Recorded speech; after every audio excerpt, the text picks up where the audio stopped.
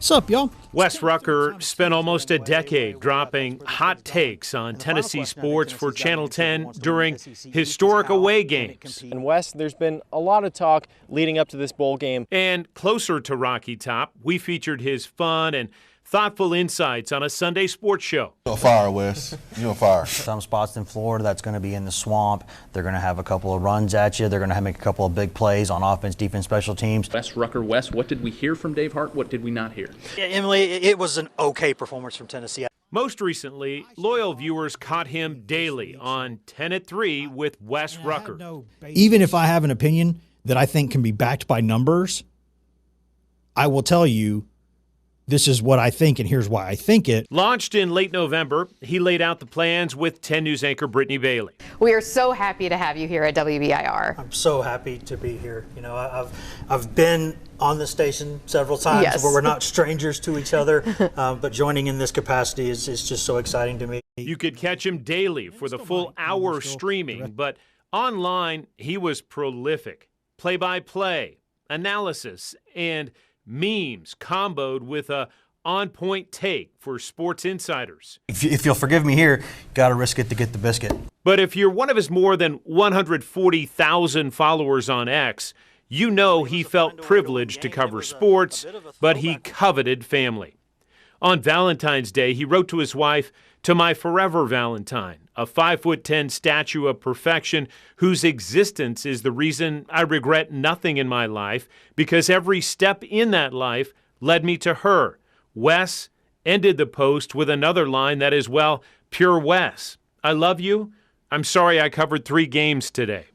That post featured 3 photos, and of course, one included his 4-year-old boy, Hank. On Wes's desk at work, perfectly organized, and a sign, "World's Greatest Dad."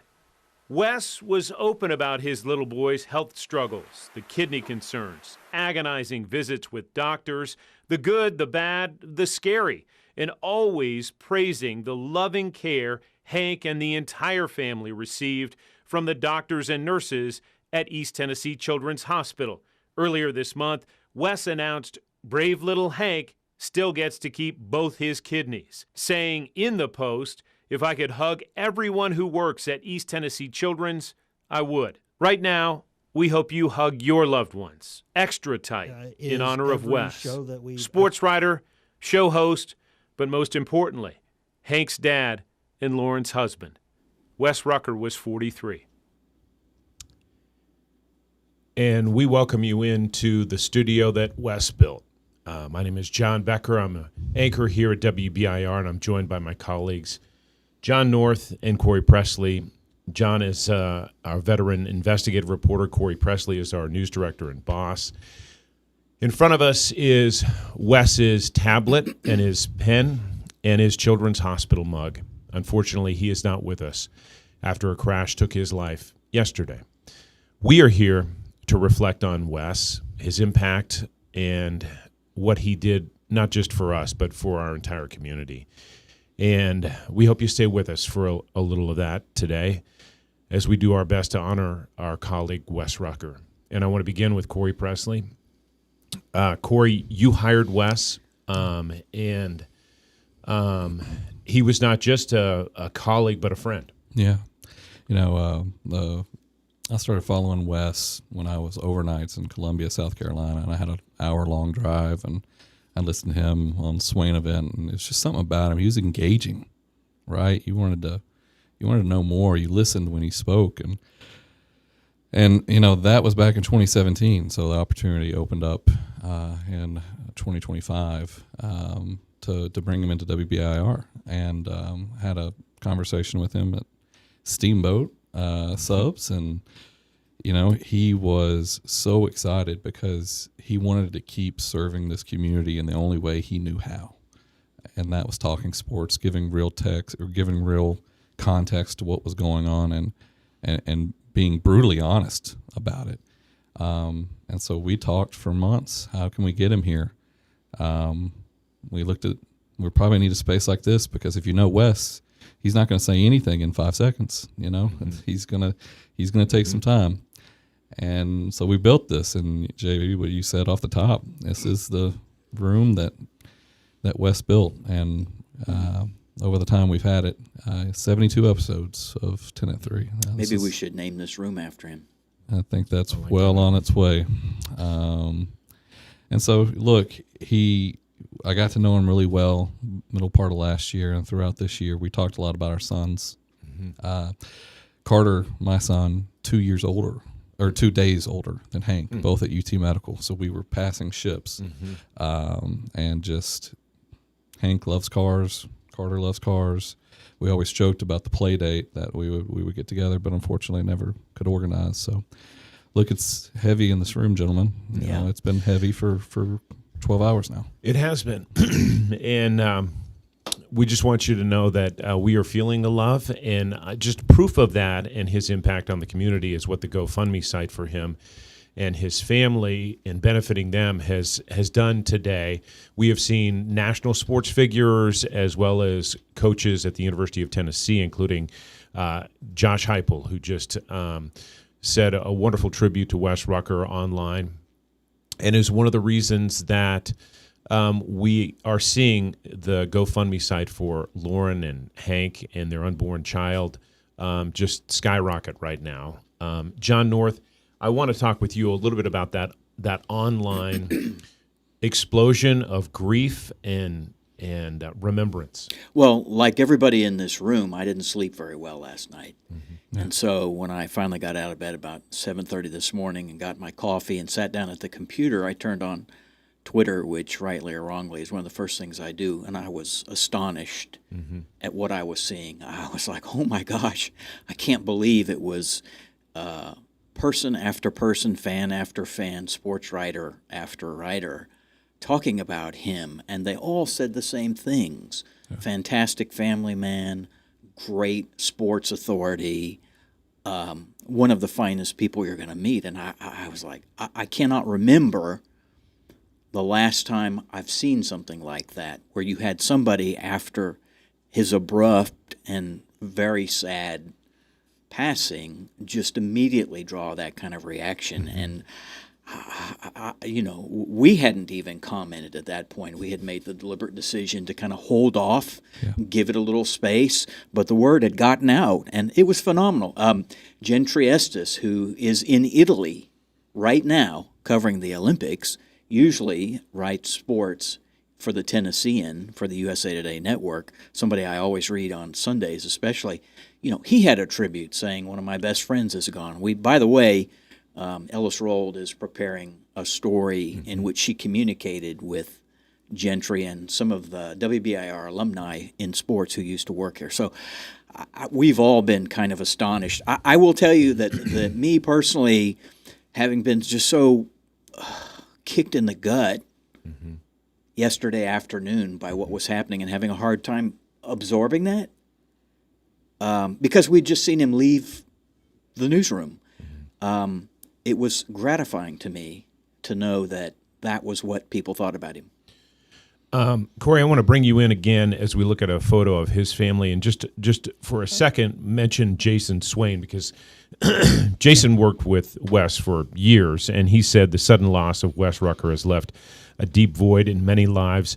His family now faces immense challenges without the support they need. Please consider donating or sharing to help provide stability for Lauren and her children during this difficult time. Every contribution counts.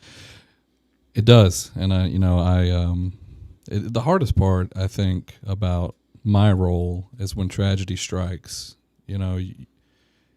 Unfortunately, you're the one that's having to deal with the heartache both in the building and out of the building. And so last night, I've been in contact with Lauren, who, by the way, just texted me, and I want to get to that in a second. Mm-hmm. She feels so loved right now. And if anyone's watching this, which I'm sure they are, she's overwhelmed and so thankful for what East Tennessee and the nation is really doing. She says she's watching, and she's so honored and so grateful for us. Means more than words that we are celebrating and honoring her best friend's life. So thank you, Lauren. Lauren, you are a stone. You are a rock. You are loved. I like to tell my wife all the time that no man has ever loved a woman the way I love you. If I had to put money on a close second, it would be Wes and Lauren. So, but yeah, I mean, we've watched this GoFundMe tick up all afternoon, and it's amazing. It's humbling, but that's what East Tennessee does. You guys have seen it time and time again. Time and again. Corey, one thing that people who may be watching may or may not know, but it's in his X handle. He talks about learning to walk twice. Yeah. Wes was a fighter. He was a comeback kid in many ways. Explain what happened to him in his 30s. Yeah, so kind of a freak thing. The first time he told me about it, he had kind of gone to bed, wasn't feeling great, and so I'll sleep it off. That. Frankly, guys, that's what we do, right? We don't feel good, and we go to sleep, and we're like, well, we'll be fine.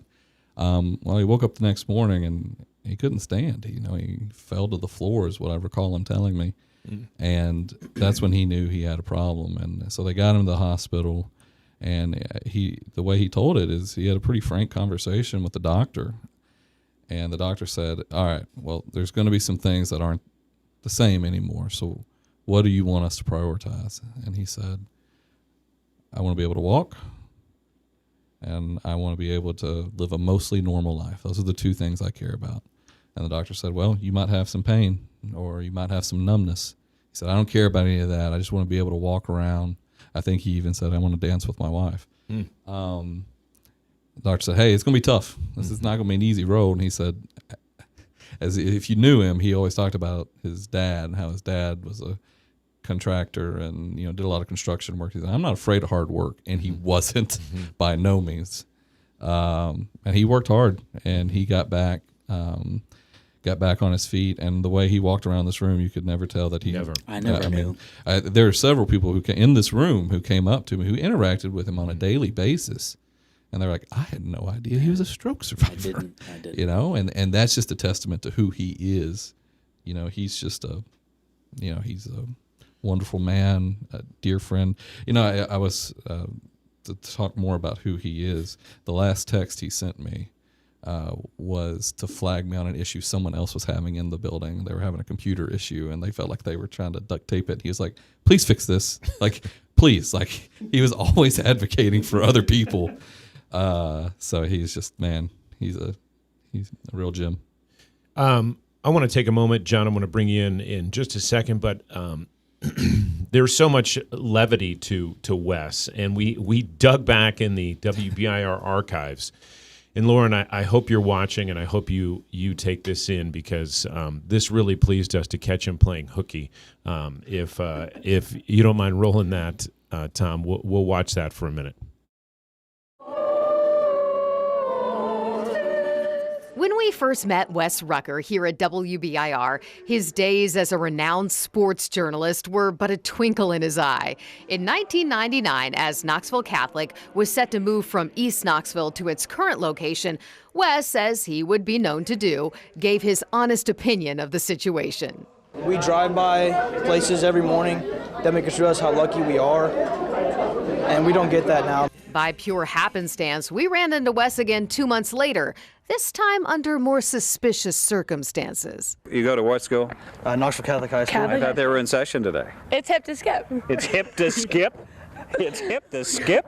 It's a memory he would recall on his Twitter page in 2013 and more recently on 10 at 3. I got Catholic school stories for days, including the time where the Ken Schwall, who used to work here, actually caught some of us doing senior skip day. Wow. And got us in-school suspension. Swain Rucker, Tennessee Sports Radio, 1180 AM, TNSportsRadio.com. Jason Swain, Wes Rucker. By 2012, Wes had graduated from the University of Tennessee, worked for multiple newspapers, and began hosting radio shows. Embarrassing. The last 2 years, now that was embarrassing. I think this year it's just they're not making 1 or 2 plays in a game. I don't know that that's embarrassing. Beginning in the mid-2010s, he was a frequent collaborator with WBIR. From GoVols247.com, I'm Wes Rucker. Before beginning his 10 at 3 streaming show in 2025. Thanks for being here today, guys. Thanks in the back, everything. Thank y'all back there. We will see y'all. Thank you for watching. We'll see you in 71 hours. Little slice of early Wes Rucker, and I want to read this that a fan passed along to me about his words on his podcast, words that feel a little bit more important this morning.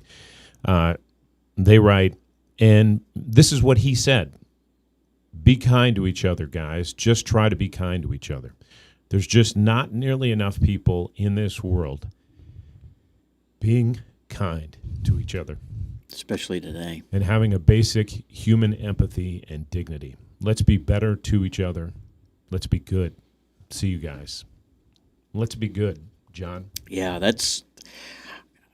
I had seen him around and I knew about him until you hired him and brought him in, and I thought, gosh, this guy is really smart. And I don't mean just sports. I mean the guy is just smart, and that impressed me. He used to, we'd be having a conversation about this arcane thing or that arcane thing, and he'd be sitting in sports and he would pop his head out and join in the conversation, and he would know something that you didn't know and add to the conversation. He was just that intelligent, which I always admire. But his show was, well, first of all, I don't know about you guys, but in my mind, he's just stepped away for a minute, so I haven't processed that he's not here anymore. 1,000%. So to me, he's just not sitting in the chair right now. Right. He was here yesterday. He's playing hooky. Yeah.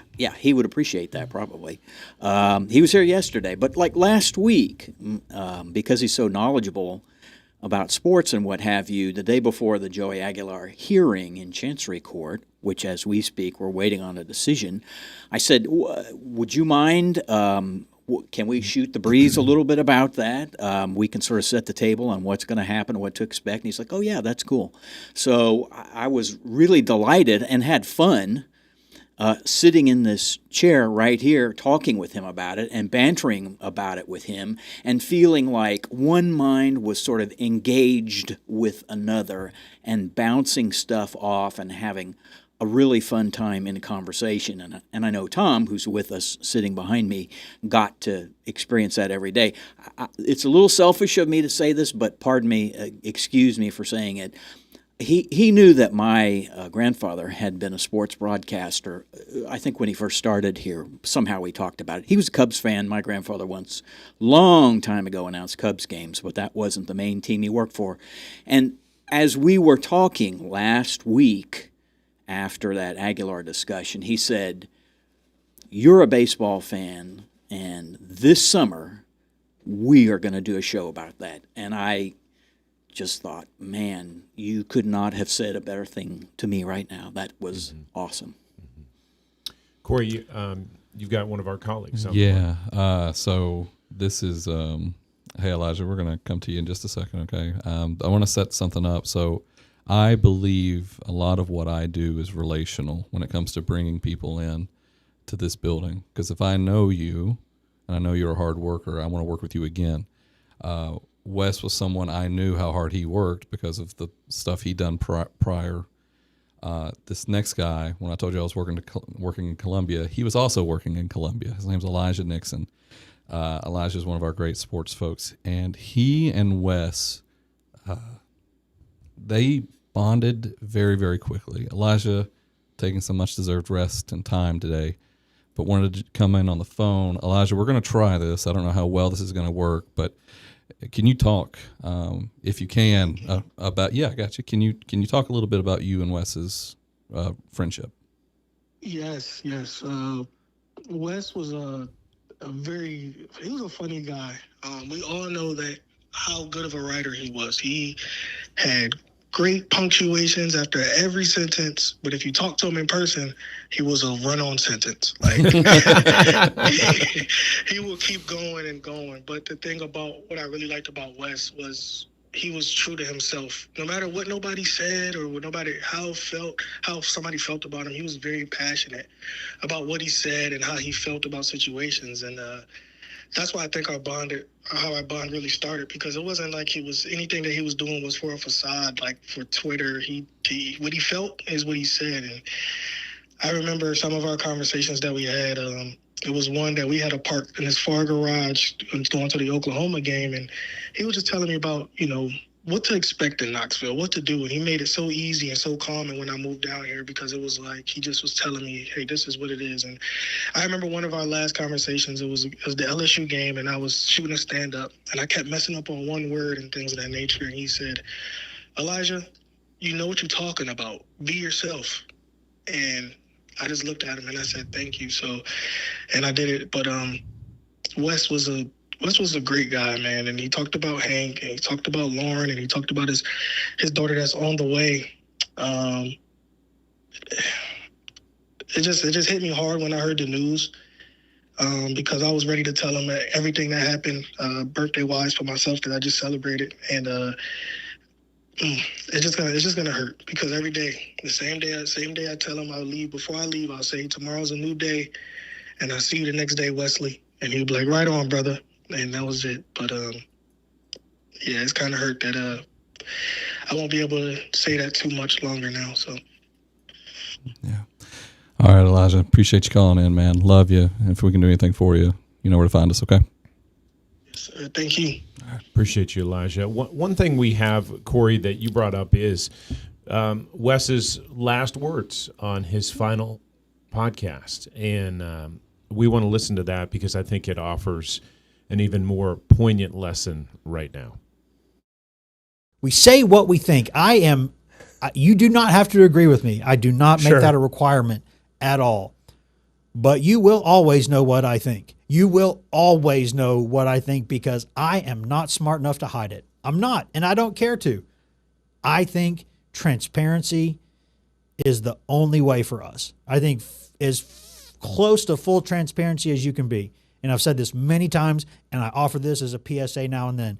If we want the people that we cover to be open, accountable, honest, candid, why do we not expect the same of ourselves? That's, even if people don't care, and a lot don't, and I don't blame them, don't care about us or who we are or what we're doing. We're just kind of grist in the mill, and that's fine.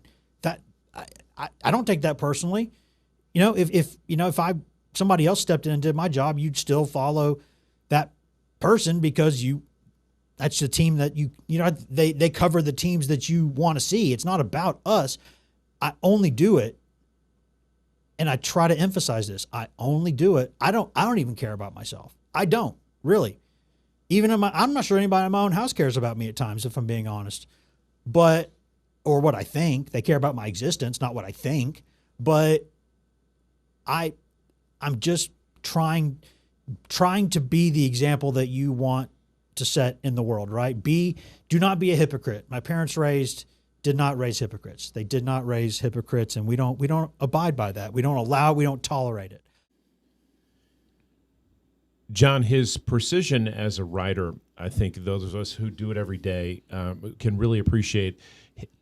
When I would follow him in game and watch what he was saying about the game, it was just so on point and specific. You just felt like you were there. He was one of those journalists who took you there on X. It goes back to his natural intelligence and his curious mind and his willingness to learn. If you are that kind of a person, then you are going to be a more literate person, no matter what it is you're writing or talking about, and that's just the way he was. I'll be honest with you, just now you saying that, I probably had more non-sports conversations with Wes than I had sports conversations with him. Yeah, well, you better not bring up gardening around him, We didn't talk about that, or he's gonna take you to town for it. No, I mean, I think in the grand scheme of all the people that we talk to in a year, he's probably in that top 3 of easiest to talk to. Like if he walked in my office, and I say this with so much love, I was like, well, there goes 45 minutes, and we may go from gardening to parenting to some history documentary that he watched. He loved people, and he related to them in such a way. It's so unique. I would be watching the games, and something bad would happen, and I would think to myself, oof. And I'd look at my phone, Wes Rucker, oof. And I'm like, well, yeah, I can relate to that guy. Big time. And you made the point that once he knew a player, he always followed a player. There was a really cool moment, that happened. Jemai Mashak, he followed him forever. Mashak, one of those dominant defensive players. Great hooper, right? Probably didn't get enough credit while he was here. He got called up to the NBA, and it was either his first or second professional game. He stole the ball from one of the best players in the NBA. I think it was Jokic. I think is who it was. Don't quote me on that. So Wes doing Wes things because he's watching everything. Says, Jemai doing Jemai things, and great to see him get this. Jemai saw that today, maybe a couple hours ago, and was like, hey, that's just who Wes is. He follows us. He keeps an eye on us. And he always gives us our due when we deserve it. And, that's going to be a real vacuum. That's going to be a real vacuum. He filled that space that we call social media, John, in a way that benefited people. He had the ability to converse and speak with authority without offending anybody or coming across as a jerk. He just, because he had that intelligence, he was just a guy who could have a conversation, and you're like, well, I mean, maybe I don't disagree. Maybe I disagree with him, but he's not being a jerk about it. He was easygoing. He had a very good sense of who he was, and that made a difference.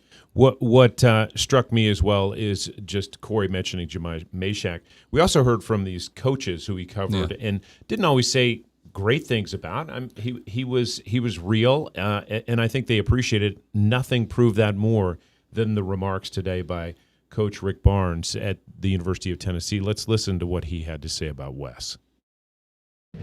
Yeah, before we get started, as you know, we lost a friend and a colleague yesterday, and Wes Rucker, and just heartbreaking. It really is. It's just heartbreaking, and our hearts and prayers go out to Lauren, son Hank, and the one that's on the way.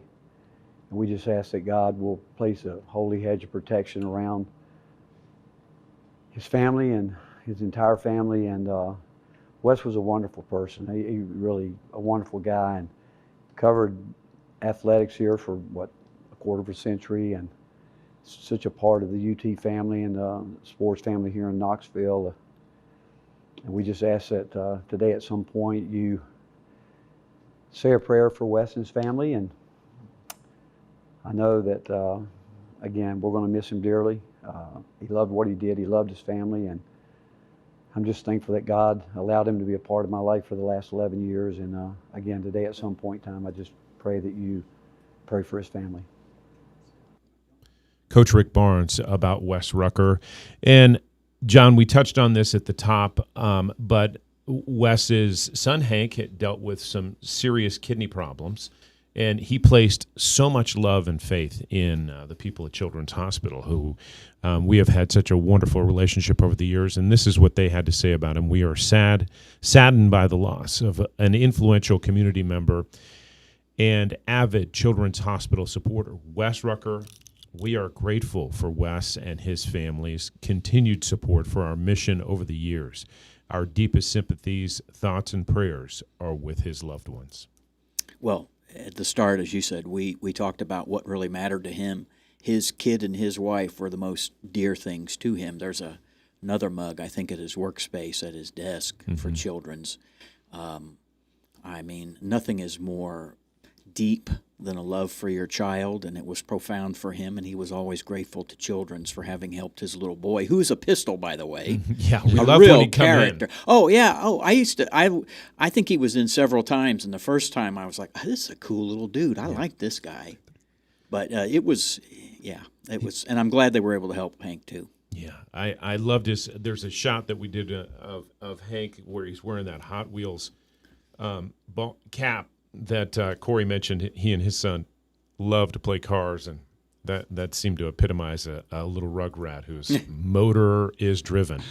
Corey, you've got some more news for us. Yeah, fitting. This is happening. 100% it is. Right now. We just got news of the Joey Aguilar case. So I'm going to read the order. And this is the Vol quarterback. For those of you who are just listening, this is the Tennessee quarterback who is petitioning the court for another year of eligibility so he can come back and play that position for Big Orange this year, Corey.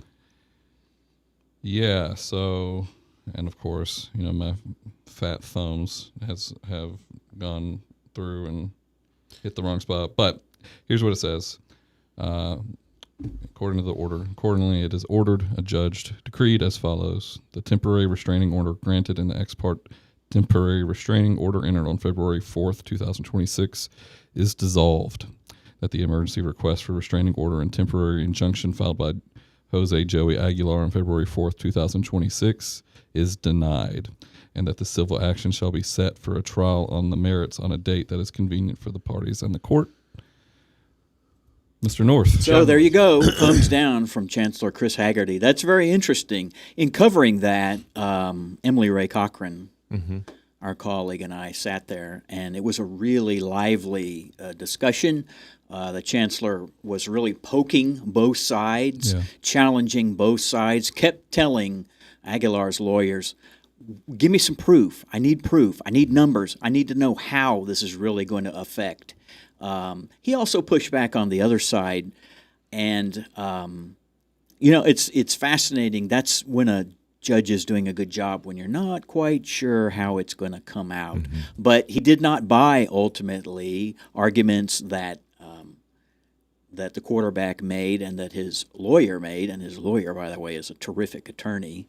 Cam Norris lives here, from here, but practices and has a national practice. Well known. The chancellor ultimately didn't buy the arguments that, hey, and it was kind of fashioned from a similar argument that was made a few years ago. You guys may remember up the road in Greenville, saying that the NC2A was violating the Sherman Antitrust Act. One of the things Cam Norris argued was not just that the JUCO rule, that time played for JUCO counted against somebody in college at Division I, that was wrong. But also, Cam Norris said there is a state law in Tennessee which is meant to ensure free competition, meaning, and that's where we are going with thought in this country right now and college players, that somebody ought to be able to trade their wares, to compete, to offer their services for the most money they can get. And we haven't read the full opinion yet, but he didn't buy it. 29 pages. Yeah, well, 29 pages. It'll take a little time, but he didn't buy it. So we'll talk about what's next, but in the immediate future, we know that Joey Aguilar is planning to go to the NFL Combine, or at least train for it, so that he may have that option. So when I say what's next in this case, John, we talk about a trial. What do you think? What do you think does turn the screw here? Well, for Aguilar, it's such a matter of urgency. He's got to start thinking about the NFL. Yeah. I mean, that's where he has to now turn his attention because the clock is ticking. I mean, no offense, I could be wrong, but all those Vol fans that were thinking, oh, good, we may get him for another season, I don't think so. Yeah, and even I think, as a lifelong battered Vol here, speaking in that capacity and not a journalistic, I think everyone was prepared for that. I think everyone knew that this might be a long shot. His case, not exactly like Trinidad Chambliss out of Ole Miss. There's some differences there, key differences. And man, what a precedent precedent-setting case that would have been. Would have been huge. I mean, it would have. That's a nationwide news. So, yeah, man, just I'm sitting here thinking of my buddy Wes, and he should be there. He should be there. You know, I you know, falling short here to do the best Wes, and you know, there just won't be anyone else who can do it like him. And you know, I hate that. You know, sorry fellas, but I hate that we're the ones trying to fill in here. Amen to that. I do think, John, your legal brain helps here for people trying to understand why the judge went one way and not the other. He had to read a lot in a short amount of time. Yeah, well, you know, he knew this was a high-profile case. I kind of chuckled during the hearing because Aguilar's attorney was like, "We are only talking about Mr. Aguilar here," and I'm sitting there going, "Baloney! We are talking about lots and lots of people." And even Cam Norris was like, "Well, we have 10 Division I schools in Tennessee, and they're all potentially affected by it, or what have you." There's a great moment too when the NCAA lawyer goes a little fanboy on Joey Aguilar. Yeah, that was toward the end of the discussion. It was about 2 hours, and that was interesting too. Smart, tactic, and talking about sort of the tactics, that he turned to him. He's standing, and he turns to him, and he says, "You are a hero to kids here in Knoxville. You are awesome, thank you. But that doesn't mean that you should get to play another year. That rules are rules." That's what the NC2A kept saying. The rules are the rules. We don't have a burden to prove anything. It's on him, and he hasn't done it. Well, we'll certainly continue to parse this out. Again, there's Chris. It is a ruling that will ripple through Rocky Top, and Corey, you mentioned it. I think it's fitting that it broke right during our remembrance. That's crazy, of isn't it? Yeah, Wes. You know, talking to Wes in the early part of this studio, he'd always get a little frustrated because he was a perfectionist. He wanted perfection, and the amount of times he'd walk out of this room, look at his phone, and be like, "Well, I could have talked about that instead of the monkey in the store that did all that damage." You know, like I could have. I think he would have preferred talking about that monkey. He loved that monkey. Well, he did have a picture of that monkey on his wall. He has a picture of that monkey next to his desk. Yeah, it's displayed prominently, and so you know, for him, he always wanted that breaking news, and he wanted it to break here, and you know, that's just the rule. That's the way it works. Sometimes it breaks in here, sometimes it doesn't. The day after that big of a decision breaking openly to those who were watching at home, I think John and I were like, well, we'll do 30 minutes and then we'll, you know, transition to something else. And for it to hit at the 3:30 mark is a sign that, well, maybe we weren't supposed to be done at that point. Feels like a wink to me. You heard the voice of Tom Barclay, and Tom, I want to bring you in because you've been a producer for Wes's streaming show now for an enormous amount of time. Since its Carnation. Yeah. Right? Daniel's with you now, as Corey mentioned, more than 70 episodes. Yeah. I'd like to hear your thoughts. Daniel Bennett, thank you for being here as well. What's running through your mind today, Tom? Well, I mean, the big one is I miss Wes, you know. As you said, he should have been here to be the one to deliver that news that we just got a minute ago. I mean, one of my favorite things about Wes was, you know, you could literally talk to him about anything. Mm-hmm. And, I mean, the conversations we would have in here sometimes would go completely off the walls. Like yesterday, we spent, I don't know, maybe like 10 minutes talking about that notebook that's sitting right there, how he loved that brand, that particular brand of notebook and that zebra pen that he's got. And he can make it interesting, you know? Yeah, he lost that pen a week ago. Oh, yeah, he was furiously searching for it. He lost that pen, and it took out 45 minutes of his day, which, man, Wes, the person, I love him so much. Managing Wes is a completely different animal, and we're all unique. But this is the same man that stole a life-size Buddy the Elf Yeah. Oh, yes. I wanted to bring that Buddy the Elf in here. I know that's a big ask. That's a big ask. Tell us about that story, though. Yeah, 'cause it's a good story. that's a whole saga. We spent 30 minutes talking about that elf between myself and then Wes and then Emily and Elijah. It was nuts. I'm not gonna spend the 30 minutes on it because I won't do it as well as him anyways. But just some background. Every year we do Fantasy of Trees. And every year, part of the partnership is we can take a tree from Fantasy of Trees, bring it to the station, we put it up in the set, and it's ranged from all sorts of stuff. In the several years that I've been here, this year the sales team said, well, they wanted this elf that came along with a Buddy the Elf life-size figure. Let me tell you guys, it will haunt your dreams. If you see this thing, it will haunt. It your is dreams. nightmare fuel. It is nightmare fuel. It's and all so decorated with sales lights now. rightfully put it in the studio, away from everything. Wes sees it, and he says, "Oh, that's mine. That's mine." Mm-hmm. So he takes it, puts it in the sports office, doesn't tell anyone it's in the sports office, and leaves the little like motion thing on. So when you walk into the sports office, you get, "I'm Buddy the Elf. What's your favorite color?" You get jump scared by this like uncanny valley Buddy the Elf. Yeah, it really is. It's like the teamy version of Buddy the Elf. His colleagues did not like it. No, they did not. But you know what? It ain't going anywhere now. No, and it's not going anywhere because after sales took it back, again, this is their Buddy the Elf. They took it back. He stole it back and attached it to about 80 pounds of weights and bike cables. Mm-hmm. And guys, that thing is part of the building now. It's not moving. It's just not.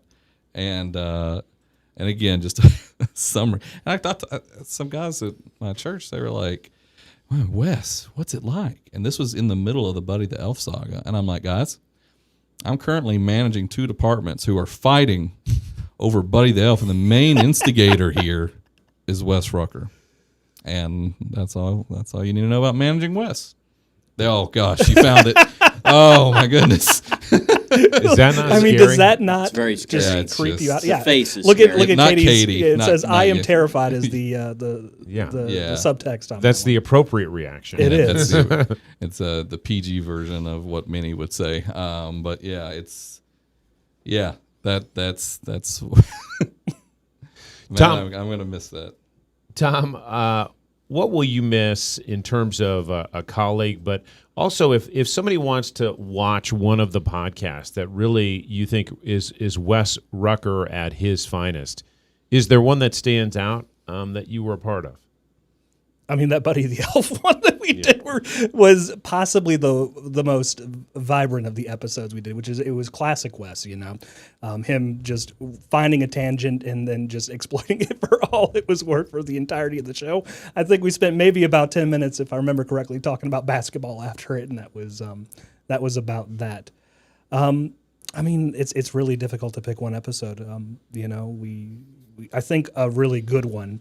That I remember, and I think we were all very proud of was when we had Emily and Elijah out at Nashville for the bowl game, and we it was just this wonderful conversation between them, and just so dynamic and so so exuberant. Wes being just super excited to see the balls, and just honestly, if you want to watch any of the episodes, you can listen to them too. You don't have to just watch. We have the podcast is still there on I believe Apple and Spotify, but we can come to our YouTube page and find every episode that we've ever done since I believe November, correct? So yeah, there's plenty of ways you can see Wes still.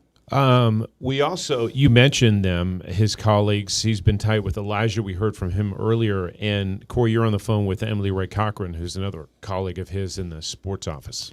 Yeah. Hey Emily, you got us? I got you guys. Hey girl. Hey. Hey guys. Hey, so I know you and Wes spent a lot of time together, and I know you're heartbroken right now, and just kind of want to get, you said you wanted to talk a little bit about Wes. You just texted me, and so just want to hear what you have to say. Yeah. Well, first of all, I think it's really cool that you guys are kind of filling in today. Really sweet. I started working with Wes when I guess maybe right before this football season. And right away, he was so eager to jump in head first and just try to help in as many ways as he could, even though we all kind of knew, him being a writer, his role was a little bit different than ours. But he was always so willing to try and help as much as he can when we were short-staffed. And there was never a doubt in my mind that he always wanted the best for the sports department and always wanted to try to make us better with his experience. And Elijah and I both respected the heck out of him for how long he's been in this market and how he got his start. And I think I just read a newspaper clip on Twitter that, he wrote to one of the senior writers on the beat and asked at 18 years old if he could, start writing because he's a good writer and he thought he had the experience and he wanted to just get into this industry. And I respect him so much for that.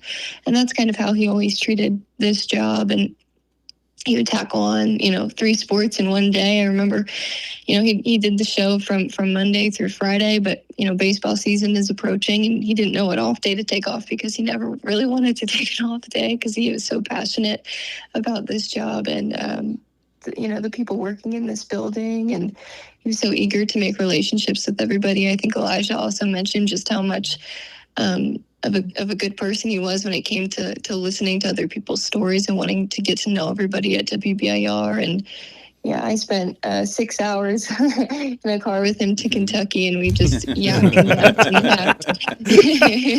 Can you explain that experience? Yeah. Oh yeah, I can for sure. The ride up was great. We talked work a lot. We talked about Hank and Lauren a lot. Talked about dogs a lot. He loved Gus so much. And then on the way back, I'm trying to take a nap. And he's still talking. I'm like, Wes, it's 3 a.m. Can we please go to... Well, he was driving, so he couldn't go to sleep. Yeah. But I was like, all right, let me take a nap here. But no, there's nothing he loved more than this job. And also, his family. And you can tell by just the hundreds and thousands of posts you're seeing online. He brought Hank into the office a lot. And I remember he had Hank write me and Elijah little like letters that said, sorry about your Eagles, sorry about your Rams, because they got knocked out of the playoffs. And it was just really sweet. Lauren is one of the kindest humans I've ever met. So, I'm absolutely devastated for the whole family. But Wes was a great person, and I know we only worked together for half a year, but I'm really, really thankful for that experience because he taught me so much. And I hope I was able to teach a little bit of TV stuff about him or to him as well. So it sucks. It's heartbreaking, but I just wanted to hop on and share some things. Thanks, Emily Ray. You take the rest of the day, enjoy your day, and if you need anything, we're here for you, okay? Thank you. We love you, Ray. All right. Love you. Bye. So just hearing her comments and Elijah's comments as well, I was been texting with Nick Carboni, who was longtime sports director here, and I called him last night, and he was just heartbroken, as you know, and just had nothing but the highest praise that we heard from Emily and that we were seeing online about Wes being such a terrific sports writer, but also a welcoming person. Nick said, "Listen, he would help at the drop of a hat, and what a legacy that is." Well, even on like non-sports stuff, news stuff, right? We had if you all will remember, we were lucky. We dodged a bullet with the ice storm that kind of split off and really spanked Nashville, but we were all bracing for it and having these intense planning sessions. And Wes was like, you just give me a holler. However I can help you, I'll come in and do whatever. Yeah, and the extra context there that some people don't know unless you work at news is there are a lot of folks, just in news in general, if something happens and they're not doing the exact job that they got hired to do, like, well, I'm not going to go stand out in the cold. I'm not going to go stand in a hurricane. I'm not. I don't know if Wes has ever said I'm not. He was. Yeah. He was the first one, and Emily Ray and Elijah too. Elijah was in like 1 degree weather, and he was having. It seemed like he was having a good time out well, there. He's from Connecticut, but Wes was more that's disappointed true. than anything because I think that didn't he end up staying inside for the most part? Wes, he was upset that he didn't get to go out wanted there to go out and cover it, and he got stuck in here with Buddy the Elf, and that was punishment enough for him. But no, I know they've hung up now. Wes had several conversations with me, with Elijah and Emily Ray, and man, he adored them. Yeah. And just, talking to Lauren earlier today, he adored this place. He adored coming into a room that's filled with people as passionate as he is to serve this community. And I think, gentlemen, we're coming to, I think, the 5-minute warning here. I think it's a lesson to all of us. We can forget we're in the good times. And sometimes we can't appreciate that we got a lot of good going on. The thing that hits me hard is I'm usually pretty good at that. And then yesterday happened.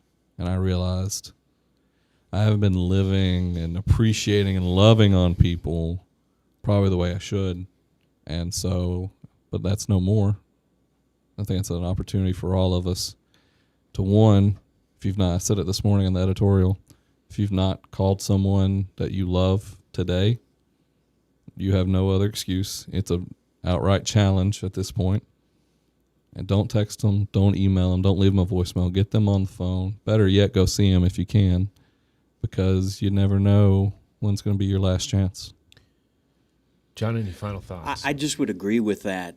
Maybe it's just getting older in life, but I usually, when somebody is leaving, I will say, be safe, drive carefully. And I'm sure they look at me and think, well, everything's going to be fine, because everything is always fine. But to your point, you should never take a friendship or a love for granted. You should savor it every day, because life is life, and sometimes it just decides that it wants to impose itself on you, and there's nothing you can do about that. And that is what happened yesterday. Wes was minding his own business, and his life was taken from him. And we have to remember to value our friends and our loved ones. I would just say thank you both for being here. Tom, thank you. Daniel, thank you for being here. We appreciate all of you who have joined us this afternoon to remember Wes. The thing I think about with pain like this is there's no getting rid of it. You've got to sit with it. Mm-hmm. You got to wrestle with it.